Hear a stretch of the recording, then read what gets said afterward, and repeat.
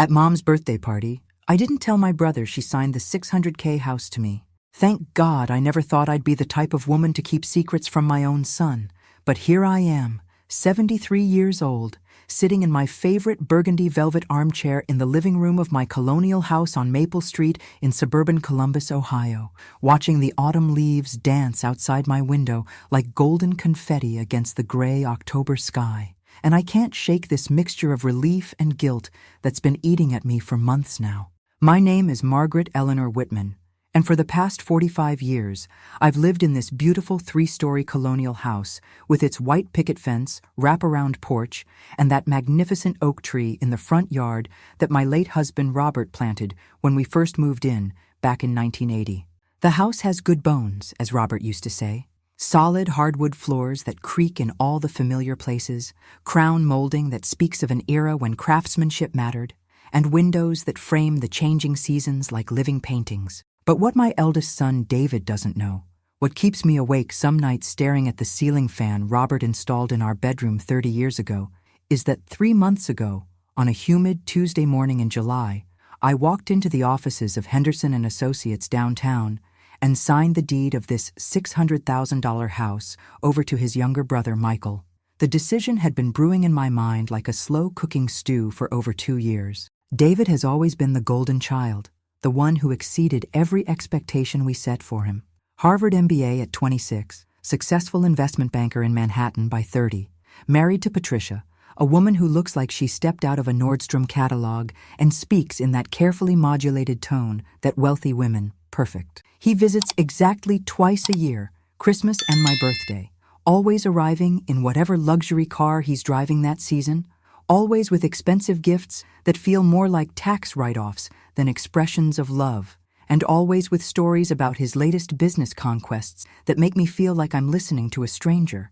Michael, on the other hand, never left home, and thank God for that. He's been my anchor, my caretaker, my companion since his father passed 5 years ago from the heart attack that took him on a snowy February morning while he was shoveling the very driveway Michael now maintains. Michael works as a high school English teacher at Columbus East, making barely $45,000 a year. But he's rich in ways that David will never understand. He makes sure I take my blood pressure medication every morning with my coffee, drives me to my cardiologist appointments downtown, grocery shops for foods that don't aggravate my diabetes, and sits with me every evening watching Jeopardy and Wheel of Fortune, the same shows Robert and I used to enjoy together. The house holds 45 years of memories in every corner. The kitchen where I taught both boys to make pancakes on Saturday mornings, where we celebrated birthdays and graduations, where I held Michael when he cried over his first heartbreak at 16. The living room where we opened Christmas presents, where Robert would read bedtime stories in his deep, comforting voice, where we gathered to watch the boys' high school football games on Friday nights. The master bedroom where both boys would crawl into bed with us during thunderstorms, where Robert and I planned our dreams and weathered our disappointments. For months, I'd been watching David's eyes whenever he visited, the way he'd walk through the house with that calculating expression I recognized from his childhood when he'd count his Halloween candy and strategize trades with other kids. He'd run his fingers along the original hardwood banister, comment on how well-maintained everything was, mention casually how much the property values had increased in our neighborhood. Last Christmas, he even brought along Marcus, a real estate friend who just happened to be in town, who spent 20 minutes walking through my home, taking notes on his phone. The writing was on the wall, clear as the morning sun streaming through my lace curtains. I knew that the moment I drew my last breath, this house, my sanctuary, my life's work, the place where I'd raised my children and buried my husband's ashes in the rose garden, would be sold faster than you could say market value. David would see dollar signs where I saw memories, investment potential, where I saw home.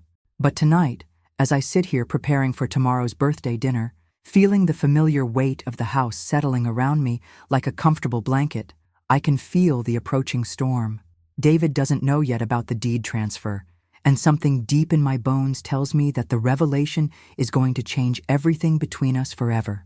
The secret I've been carrying feels heavier each day, but I know in my heart that I made the right choice. This house belongs with someone who loves it, not someone who sees it as a commodity. The birthday party was supposed to be a small, intimate affair, just family gathered around the mahogany dining room table that Robert and I had bought at an estate sale in German Village 30 years ago. The same table where we'd shared thousands of meals, homework sessions, and heart-to-heart conversations over the decades. The dining room itself was a testament to a lifetime of careful collecting. The china cabinet filled with my grandmother's Spode dinnerware, the crystal chandelier Robert had surprised me with for our 20th anniversary, and the oil painting of the Ohio countryside that Michael had given me for Mother's Day when he was still in college. Michael had spent the entire morning in the kitchen, his sleeves rolled up, preparing my favorite pot roast with carrots and potatoes, the same recipe my mother had taught me when I was a young bride. The aroma filled every corner of the house, mixing with the scent of the apple pie cooling on the windowsill and the fresh flowers he'd picked from our garden. He'd set the table with military precision, using the good silver and the cloth napkins I'd embroidered years ago, creating the kind of warm, welcoming atmosphere that only comes from someone who truly understands the importance of making ordinary moments special. David arrived at precisely 6:30, fashionably late as always, his black BMW gleaming in the driveway like a statement of success. He emerged carrying an enormous bouquet of roses, the expensive kind from the florist downtown, not the simple garden varieties that Michael grew for me in the backyard, and wearing a suit that probably cost more than Michael's monthly salary. Patricia followed behind him, her heels clicking on the front porch steps, her designer purse clutched against her side like armor. "Mom, you look absolutely wonderful," David said, kissing my cheek with the practiced warmth he'd perfected in his business dealings. His eyes, though, were already scanning the room with that familiar appraiser's gaze, taking inventory of the antique furniture, the original hardwood floors, the crown molding that spoke of the house's 1950s craftsmanship. "This old place is really holding up well. The market value in this neighborhood has just skyrocketed. Have you given any more thought to what we discussed about downsizing to something more manageable?" Michael, who had been arranging the roses in my favorite crystal vase, shot his brother a look that could have frozen water. But I just smiled and steered the conversation toward safer territory, asking about Patricia's work at the marketing firm and David's latest business trip to Chicago. During dinner, David dominated the conversation as he always did, regaling us with stories about his latest merger acquisition, his new Tesla Model S, and the vacation home he and Patricia were considering purchasing in the Hamptons. Patricia nodded along appropriately, occasionally checking her phone and making polite comments about the charming vintage decor, her diplomatic way of saying everything looked outdated and ready for replacement.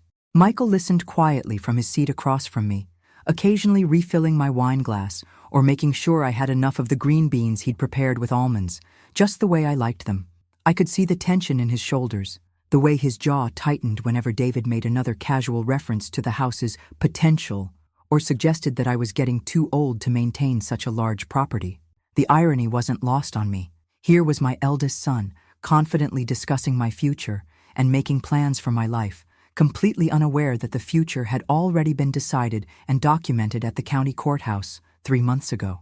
When it came time for the birthday toast, David stood up with his crystal wine glass, part of the expensive Waterford set he'd given me last year that I only used when he visited, preferring my everyday glasses for daily life. He cleared his throat with the authority of someone accustomed to commanding boardrooms and making presentations to wealthy clients. "To the most amazing mother a son could ask for," he began, his voice carrying that practiced charm he used to close million-dollar deals. "Thank you for giving us this beautiful home and all the incredible memories we've made within these walls. Thank you for the sacrifices you and Dad made to provide us with such a solid foundation. Here's to many more years of family gatherings in this very special place, and to the legacy you've built here."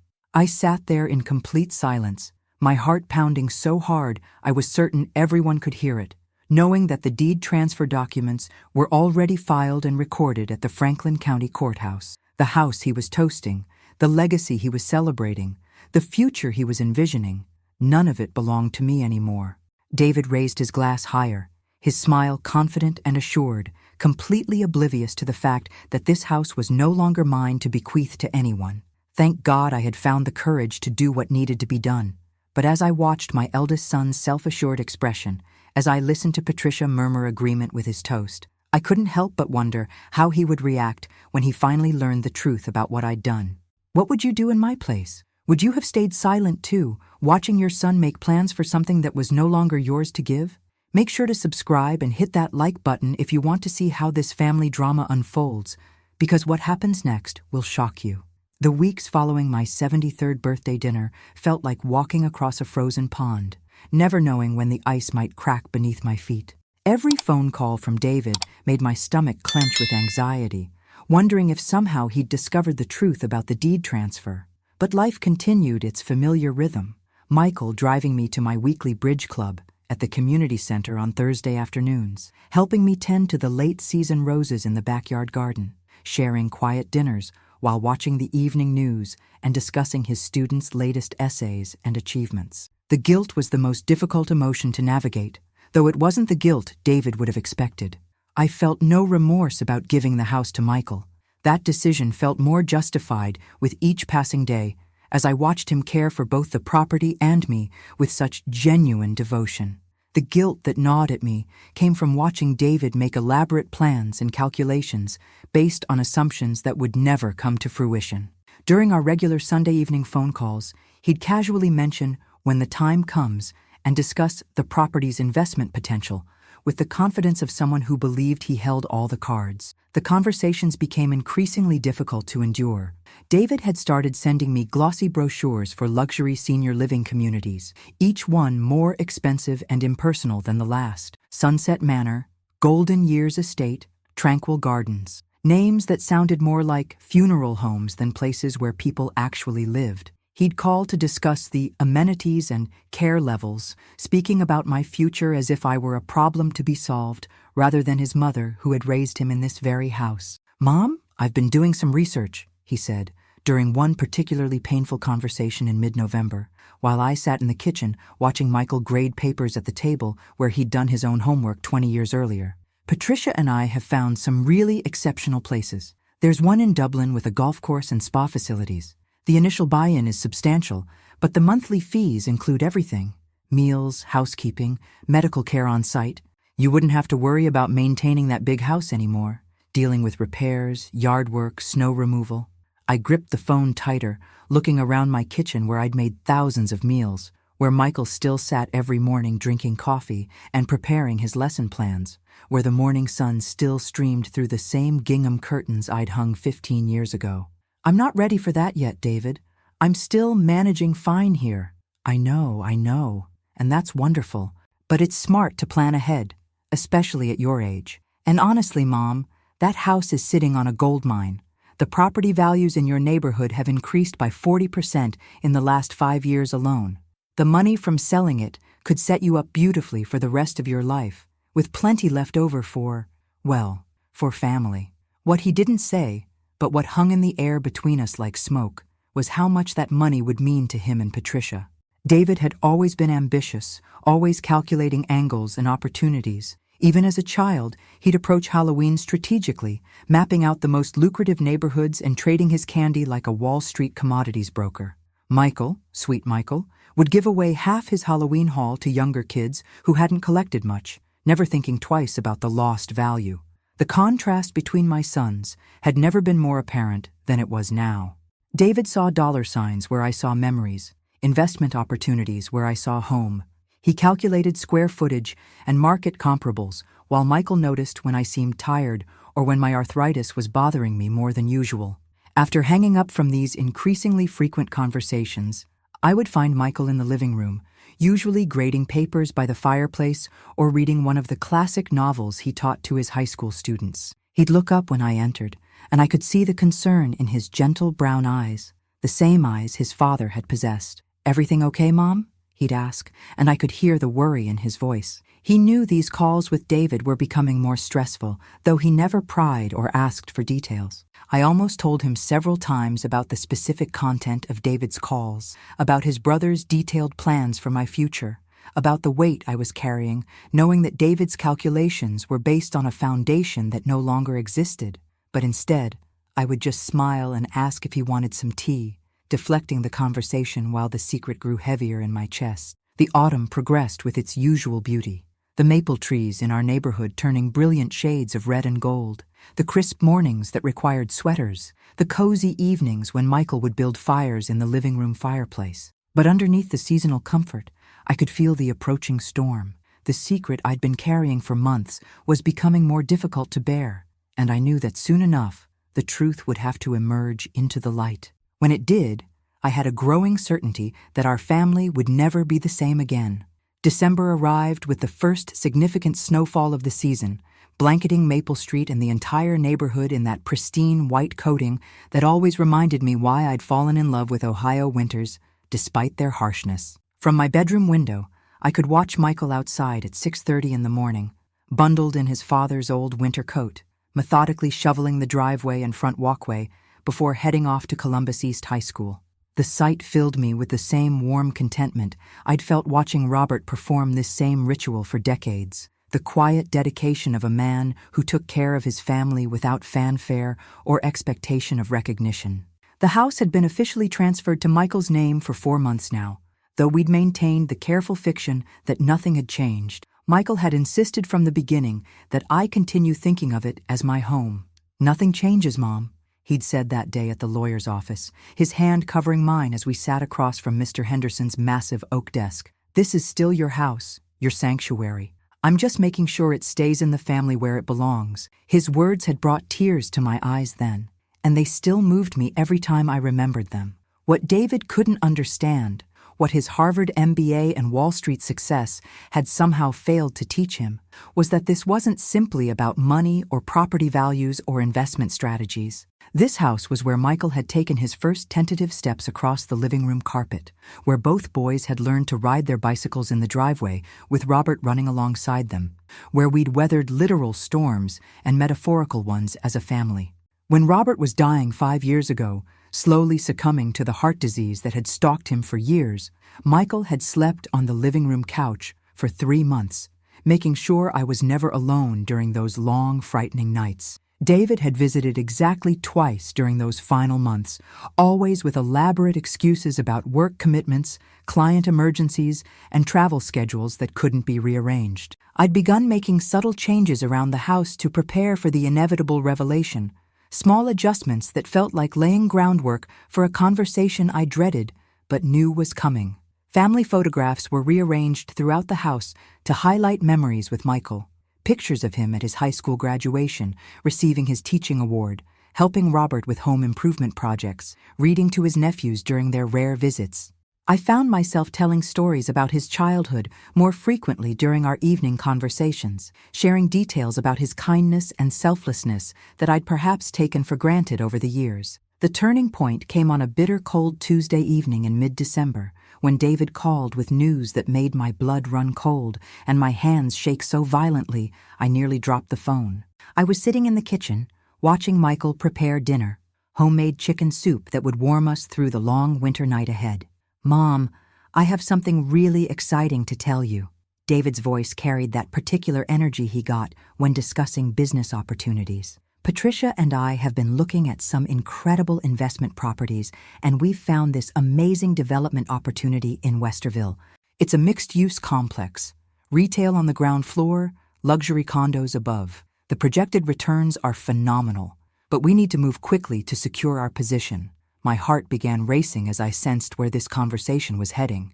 "That sounds interesting, David. Here's the thing, though. We're a bit short on the down payment to make this work. We've been thinking, and we realized we could use the house as collateral for a bridge loan. It would just be temporary, of course, until the development starts generating income." The words hit me like a physical blow. "What do you mean, use the house?" "Well, technically it would be your decision, of course, but the equity in that place, we're talking about at least $600,000, probably more, could help us secure the financing we need for this deal. Don't worry, it's practically a sure thing. We'd pay you back with interest, and you'd essentially be a silent partner in a very lucrative venture."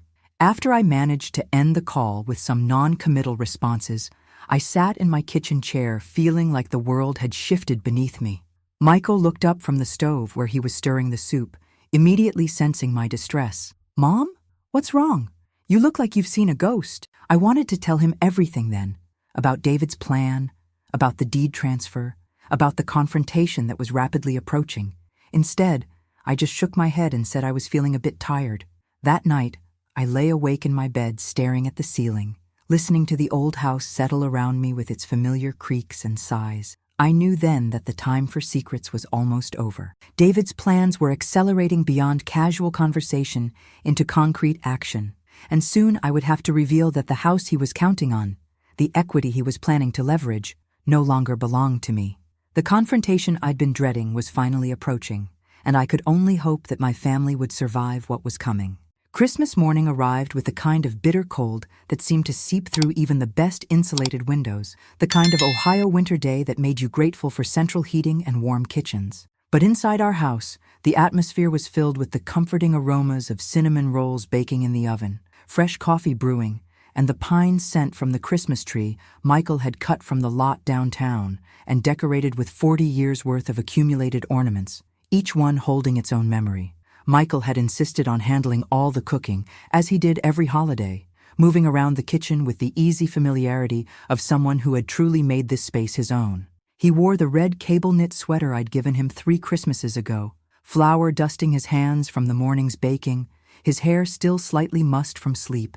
Watching him prepare our traditional Christmas breakfast, I felt a deep sense of rightness about the decision I'd made months earlier.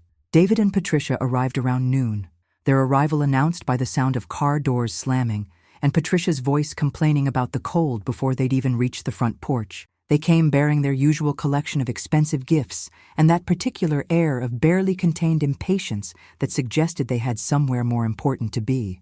The contrast was immediately apparent. Michael in his comfortable sweater and well-worn jeans, still carrying the warmth of the kitchen and genuine Christmas spirit, while David emerged from his luxury SUV wearing a cashmere coat that probably cost more than most people's monthly mortgage payments.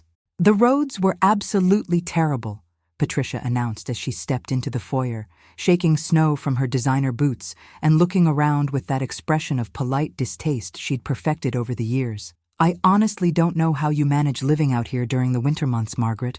It must be so isolating. I bit my tongue, remembering all the winter mornings when Michael had made sure the driveway was cleared before I even woke up. All the times he'd driven carefully through snow and ice to take me to doctor's appointments or grocery shopping, never once complaining about the weather or suggesting I should live somewhere more convenient. The gift exchange unfolded with its usual awkwardness, a ritual that had become increasingly uncomfortable over the years. David and Patricia presented me with an expensive tablet I would never learn to use and a gift certificate to a luxury spa an hour away. Thoughtful in theory, but impractical for someone my age who preferred simple pleasures. Michael's gift, by contrast, was both simple and perfect. A leather-bound photo album he'd spent weeks creating, chronicling our life in this house with pictures spanning 5 decades. Each page told a story of ordinary moments that had created an extraordinary life. Robert teaching the boys to fish in the backyard pond he'd dug one summer, family barbecues on the back patio, Christmas mornings around this very tree, graduations and birthdays, and quiet Sunday afternoons. The final page contained a recent photo of Michael and me sitting on the front porch swing, both of us laughing at something he'd said, the house visible behind us in all its familiar, comfortable glory. "This is beautiful, sweetheart," I whispered, tears threatening to spill over as I turned the pages. "This is the most wonderful gift I could have asked for." David glanced at the album dismissively. "That's nice, Mike. Very sentimental." The tension in the room was palpable as we moved to the dining room for Christmas dinner. Michael had outdone himself with the meal. Roast turkey with all the traditional sides, everything prepared with the care and attention that came from someone who understood that food was an expression of love. The table was set with my grandmother's china and the good silver, candles flickering in the crystal holders Robert had given me for our first Christmas as newlyweds. It was during the main course that David brought up his investment opportunity again, this time with Michael present to hear the full scope of his plans. The timing felt deliberate, calculated. David had always been strategic about when and how he presented his ideas. "Mom, I've been thinking more about that development project I mentioned," he said, cutting his turkey with precise movements. "The timeline is moving faster than we initially expected, and we really need to move on securing the financing. The opportunity window is closing quickly." Michael's fork stopped halfway to his mouth, his expression shifting from casual interest to focused attention. "What development project?" David waved his hand dismissively, the same gesture he'd used to brush off his younger brother's questions since childhood. Just a business opportunity, Mike. Nothing you'd really understand. It's about leveraging assets strategically, maximizing return on investment, real estate development, commercial financing, that sort of thing. I watched Michael's jaw tighten in that familiar way, the same expression he'd worn as a child when David would condescend to him or dismiss his ideas. But this time was different. This time, Michael knew something that David didn't, even if he didn't fully understand the implications yet. Actually, I said quietly, my voice barely above a whisper, but somehow cutting through the conversation like a knife. There's something I need to tell you both. The dining room fell completely silent, except for the ticking of the grandfather clock in the hallway and the soft crackling of logs in the fireplace. Patricia looked up from her phone for the first time all day, sensing that something significant was about to happen. David leaned forward with interest, probably expecting me to agree to his financing scheme. But as I looked at my two sons, one who had built his entire adult life around caring for others, and one who seemed to view every relationship as a potential transaction, I realized that the moment of truth had finally arrived. The secret I'd been carrying for months, the decision I'd made in the quiet of a lawyer's office on a summer morning, was about to change the trajectory of our family forever. The justice I'd been quietly orchestrating, the protection I'd put in place for the son who had never asked for anything, was about to unfold, and I could only pray that when the dust settled, there would still be a family left to hold together. The silence that followed my announcement stretched like a taut wire across the Christmas dinner table. I could hear my own heartbeat thundering in my ears, could see the confusion beginning to dawn on David's face as he processed what I was about to reveal. Patricia had actually put down her phone, sensing that something momentous was happening. Michael sat perfectly still, his fork suspended in midair, his gentle brown eyes fixed on my face with a mixture of concern and anticipation. 3 months ago, I began, my voice steadier than I felt. On July 15th, I went to Henderson & Associates downtown and signed the deed to this house over to Michael. The words hung in the air like smoke from a snuffed candle. David's face went through a series of expressions: confusion, disbelief, and then something that looked like panic. His expensive fork clattered against his grandmother's china plate as his hand went slack. "What?" The word came out as barely a whisper. "What did you just say?" "I said I transferred the deed to this house to your brother. It's been legally his property for 4 months now." I reached across the table and placed my hand over Michael's, feeling his fingers tremble slightly beneath mine. "The house is no longer mine to use as collateral for your investment schemes, David. It belongs to Michael now." Patricia gasped audibly, her manicured hand flying to her throat. "Margaret, you can't be serious. This house is worth over $500,000. $600,000 actually, according to the most recent appraisal," I replied calmly, which is exactly why I knew I had to act before it was too late. David's face had gone completely white, then flushed red with what I recognized as barely contained rage. He pushed back from the table so abruptly that his chair scraped against the hardwood floor with a harsh screech. "You can't do this. You can't give away our inheritance without discussing it with the family." "Your inheritance?" I stood up slowly, feeling every one of my 73 years, but also feeling a strength I hadn't experienced in months. "David, this house was never your inheritance. It was my home, and now it's Michael's home. I had every legal right to do exactly what I did." Michael finally found his voice, though it came out hoarse with emotion. "Mom, you didn't have to. I never asked for this. I never expected." "I know you didn't ask, sweetheart. That's exactly why you deserved it." I turned back to David, who was pacing behind his chair like a caged animal. "When your father was dying, when I needed help with everything from grocery shopping to doctor's appointments, where were you? When the furnace broke last winter and I was without heat for 2 days, who dropped everything to fix it? When I fell in the garden and sprained my ankle, who took a week off work to take care of me?" David's mouth opened and closed like a fish gasping for air. I have responsibilities. My job, my clients." "And Michael doesn't? He's been teaching full-time while taking care of me, maintaining this house, making sure I'm never alone or afraid. He sacrificed his own social life, his own opportunities, to be here for me. And you want to use this house, his home, as collateral for some business deal? The truth was spilling out of me now like water from a broken dam. I heard your phone calls, David. I know about your plans to put me in a nursing home the moment it became convenient. I know you've been calculating the value of this house like it was just another asset in your portfolio. Patricia had gone completely silent, her face pale, as she realized the implications of what had just been revealed. The vacation home in the Hamptons, the luxury lifestyle they'd been planning. All of it had been built on the assumption that David would inherit a substantial windfall when I died. "This is insane," David said, his voice rising to a near shout. "You're 73 years old. You can't make decisions like this without proper legal counsel, without considering the tax implications, without—" "I had excellent legal counsel," I interrupted firmly. Mr. Henderson explained everything thoroughly. The gift tax implications, the estate planning considerations, all of it. This wasn't a decision I made lightly or impulsively. I've been thinking about it for 2 years. Michael stood up slowly, his face a mixture of gratitude and anguish. "David, I never wanted this to come between us. I never asked Mom to—" "Shut up!" David whirled on his brother with a fury I'd never seen before. "Just shut up. You manipulated her. You've been living here, playing the devoted son, just waiting for your chance to steal what should have been ours. That's enough." My voice cut through the room with an authority that surprised even me. "Don't you dare speak to your brother that way. Michael has never asked me for anything, never manipulated anyone. He's been here because he loves me, because he understands what family means." The room fell silent again, but this time the silence was heavy with the weight of broken relationships and shattered expectations. David stood there breathing heavily, his expensive suit wrinkled, his carefully styled hair disheveled from running his hands through it. "You've destroyed this family," he said finally, his voice cold and bitter. "You've chosen favorites, and you've destroyed everything Dad worked for. Your father would be proud of what I've done," I replied quietly.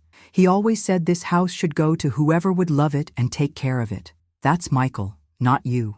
David grabbed his coat from the back of his chair, his movements sharp and angry. "Come on, Patricia. We're leaving." Patricia scrambled to gather her purse and coat, clearly uncomfortable with the confrontation but unwilling to contradict her husband. As they headed toward the front door, David turned back one last time. "Don't expect to hear from us again," he said, his words like ice. "You've made your choice. Live with it."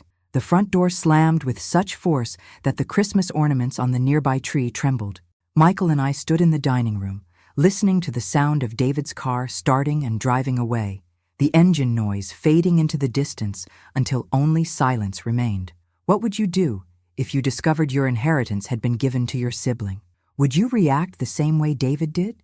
Make sure to subscribe and hit that like button, because what happens next will show you the true meaning of family.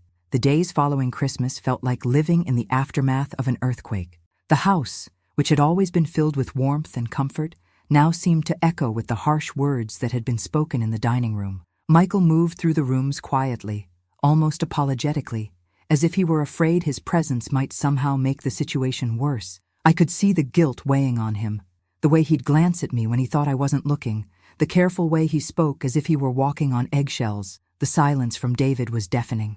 No phone calls, no text messages, no acknowledgement that Christmas had even happened. I'd expected anger, but the complete cutoff felt like a death in the family. Patricia had unfriended me on Facebook, something I discovered when I tried to look at pictures of my grandchildren and found myself blocked from their family page. It was a small cruelty, but it stung more than I'd anticipated. Michael tried to fill the void with extra attention and care. He cooked elaborate meals that neither of us had much appetite for, suggested activities to keep us busy, and made conversation about his students and their post-holiday essays. But I could see the pain in his eyes, the way this gift that should have brought him security had instead brought him anguish. "Mom," he said one evening as we sat in the living room, the Christmas tree still twinkling in the corner, though the magic of the season had long since faded. "Maybe we should talk to a lawyer about reversing the deed transfer. Maybe if David knew that I didn't want to keep the house, that I never asked for it." "Absolutely not," I said firmly, setting down my teacup with more force than necessary. "Michael, you've earned this house through years of love and dedication. I won't let David's tantrum make you feel guilty about accepting what you deserve." But the community had begun to take notice of our family drama. Mrs. Henderson from next door, who had been our neighbor for 20 years, mentioned that she'd seen David's car speeding away on Christmas Day and wondered if everything was all right. The ladies at my bridge club asked careful questions about how the holidays had gone, their eyes full of curiosity and concern. The most difficult moment came when David's children, my grandchildren, called to thank me for their Christmas gifts. 8-year-old Emma and 10-year-old Jake had no idea about the family upheaval, and hearing their innocent voices, asking when they could visit Grandma's house again, nearly broke my heart. "Soon, sweetheart," I told Emma, though I had no idea if that was true. "Grandma loves you very much." After I hung up, Michael found me crying in the kitchen. He sat down beside me at the table where he'd done his homework as a child, where we'd shared thousands of meals, where we'd planned this very deed transfer months earlier. "I'm so sorry, Mom," he said, his voice thick with emotion. "I never wanted this to hurt you. I never wanted to come between you and David." "You didn't come between us," I replied, wiping my eyes with the dish towel I'd been holding. "David's choices created this situation. His greed, his assumptions, his inability to see value in anything that can't be measured in dollars." But even as I said the words, I wondered if I'd been too harsh, too final in my decision. The house felt different now, charged with the energy of conflict and loss. Every room held memories of David as a child, his first steps in the living room, his high school graduation party on the back patio, the Christmas mornings when he'd been genuinely excited about family traditions rather than calculating their market value. The revelation had ripple effects I hadn't anticipated. Robert's sister called from Florida, having heard about the family drama through some mysterious network of relatives and neighbors. She was diplomatic, but clearly concerned about the wisdom of my decision. "Margaret, dear," she said during a long phone conversation, "I understand your reasoning, but have you considered the impact on the grandchildren? David and Patricia might not let them visit anymore." The thought had been haunting me for days. Emma and Jake had spent countless weekends in this house, playing in the backyard, helping me bake cookies, listening to Michael read them stories. The idea that they might become casualties of this family war was almost unbearable. Michael overheard part of the conversation and approached me afterward with a suggestion that showed the depth of his character. "Mom, what if we set up a trust? Something that would ensure the house stays in the family but also provides for David's children's education? Maybe if David knew his kids would benefit, he'd be willing to reconcile." I looked at this man, my son who had given up so much to care for me, who was now willing to share his inheritance to heal the family, and felt a surge of pride mixed with sorrow. He shouldn't have to compromise his security to appease his brother's greed, but his willingness to do so showed exactly why he deserved the house in the first place. "We'll think about it," I told him, though I wasn't sure any gesture would be enough to bridge the chasm that had opened between my sons. That night, I lay awake listening to the house settle around me, thinking about the choices I'd made and their consequences. The deed transfer had been about more than just property. It had been about values, about recognizing the difference between love and obligation, between family and blood relations. But as I stared at the ceiling, I couldn't shake the feeling that the hardest part of this story was still to come. The confrontation I'd been dreading arrived on a bitter February morning, 6 weeks after Christmas, when David appeared at my front door without warning. I was in the kitchen having my morning coffee and watching Michael scrape ice from his car windshield before leaving for school when I heard the aggressive pounding on the front door. Not the polite knock of a welcome visitor, but the demanding rhythm of someone who expected immediate attention. Through the frosted glass panels, I could see David's silhouette, and my heart immediately began racing. Michael heard the knocking too and came back up the front steps, his expression shifting from curiosity to concern when he saw his brother standing on our porch. "David," Michael said as he opened the door, his voice carefully neutral. "This is unexpected." David pushed past him without ceremony, his face flushed from cold and anger, his expensive overcoat dusted with snow. He looked like he hadn't slept well in weeks. His usually perfect hair was disheveled, his eyes were bloodshot, and there was a manic energy about him that made me instinctively step back. "We need to talk," he announced, his voice carrying the authority he was accustomed to wielding in boardrooms. "All of us, right now." Michael closed the door slowly, his movements deliberate and calm despite the tension crackling in the air. "Of course. Would you like some coffee? Mom just made a fresh pot." "I don't want coffee," David snapped. "I want answers. I want to understand how my own mother could betray her family like this. The word betray hit me like a physical blow, but I forced myself to remain composed. I didn't betray anyone, David. I made a decision about my own property. Your property? He laughed bitterly, the sound harsh and unfamiliar. That house represents 45 years of Dad's hard work, of our family's sacrifices. It's not just your property, it's our legacy, our children's inheritance. Michael stepped forward, his teacher's instincts kicking in as he tried to de-escalate the situation. David, let's sit down and talk about this calmly. Maybe we can find a solution that works for everyone. There is no solution. David whirled on his brother with a fury that made me flinch. You've stolen $600,000 from my children's future. You've manipulated an elderly woman into making a decision that benefits only you. That's enough. I found my voice, stepping between my sons with a strength I didn't know I still possessed. Michael has never manipulated anyone. He's been here, caring for me, maintaining this house, being a son in every way that matters. Where were you when I needed help? Where were you when your father was dying? David's face contorted with rage and something that looked like genuine pain. I was building a career. I was providing for my family. I was trying to create the kind of success that Dad always wanted for us. Your father wanted you to be happy and to take care of each other, I replied, my voice breaking slightly.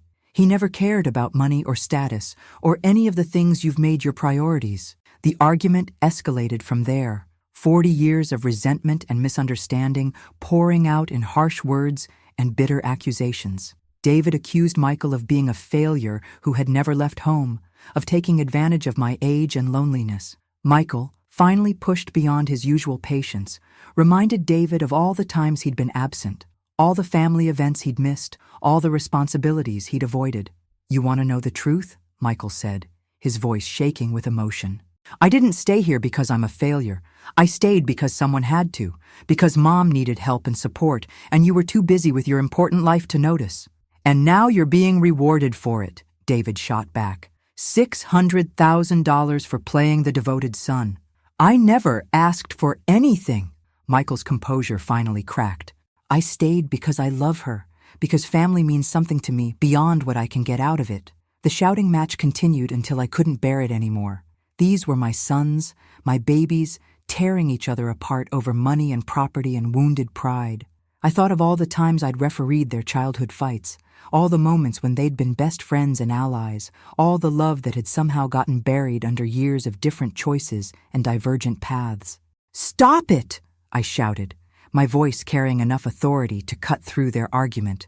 Both of you, just stop! The room fell silent, except for the sound of heavy breathing and the ticking of the grandfather clock. David and Michael stood facing each other, like adversaries, their faces flushed with anger and hurt. I made my decision, I said quietly, and I'm not changing it. David, if you can't accept that, if you can't find a way to forgive and move forward, then maybe it's better if we don't see each other for a while.